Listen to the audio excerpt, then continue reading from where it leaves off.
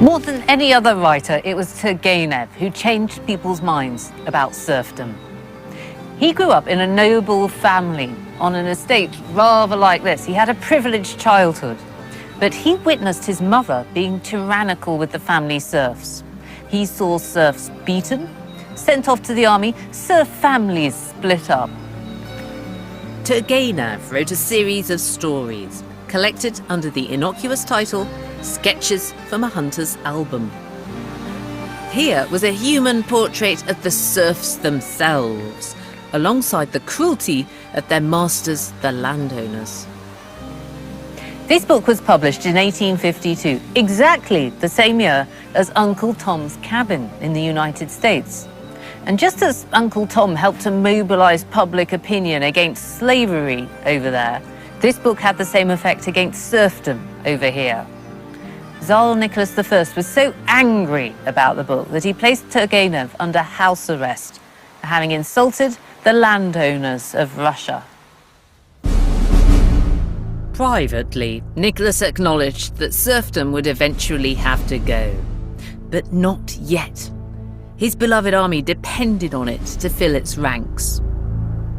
And he needed the military to enlarge his empire.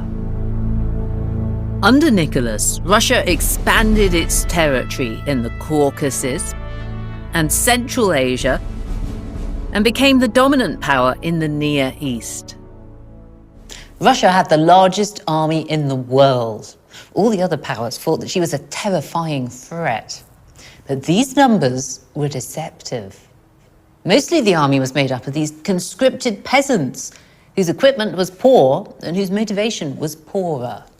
And Nicholas, although he loved military parades, hadn't helped. He'd promoted people who were loyal as opposed to people who were talented. He just didn't have the right generals to win a war.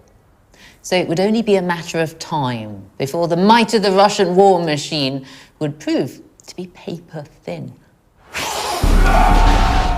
That moment came in 1853, when Nicholas blundered into the Crimean War. Russia was fighting France, Britain, and the Ottoman Empire. And to Nicholas's increasing horror, he was on the losing side. The Russians lose the Crimean War essentially because they're a pre-industrial country trying to fight countries which are already being transformed by the Industrial Revolution. The British and French get to the Crimea by modern forms of transport, the steamship and the railway. Meanwhile, the Russians are still essentially in the pre-industrial era. They have to walk to the Crimea. They can't supply their troops in the Crimea by anything but pre-industrial means. And Russian artillery is outranged on the battlefield by English and French rifled muskets. They also simply don't have the financial muscle to keep going.